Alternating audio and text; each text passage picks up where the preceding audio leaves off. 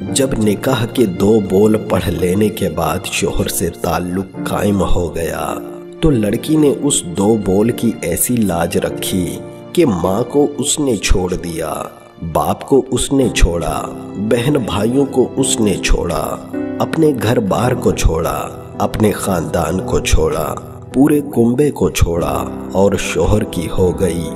اب اس کے لیے اجنبی ماحول ہے، اجنبی گھر ہے، اور ایک اجنبی آدمی کے لیے زندگی بھر نباہ کے لیے وہ عورت مقید ہو گئی۔ کیا تم اس قربانی کا لحاظ نہیں کرو گے؟ اگر بالفرض معاملہ برعکس ہوتا اور تم سے کہا جاتا کہ تمہیں شادی کے بعد اپنا خاندان چھوڑنا ہوگا، ماں باپ چھوڑنے ہوں گے، اس وقت تمہارے ساتھ کتنا مشکل کام ہوتا۔ اس کی اس قربانی کا لحاظ کرو اور اس کے ساتھ اچھا سلوک کرو۔ روٹھ جانا تمہارا حق ہے کیونکہ تم عورت ہو، لیکن میرے مرد ہونے کا تقاضا ہے کہ تمہیں مناؤں۔ تمہاری ہتھیلیوں کی نرمی بھی صنف نازک کی نزاکت ہے۔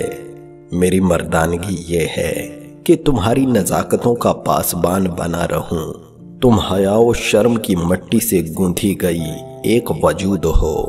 میرا مردانہ وجود اس کا لباس بنے، اسے زمانے کی نظر سے بچائے رکھے گا۔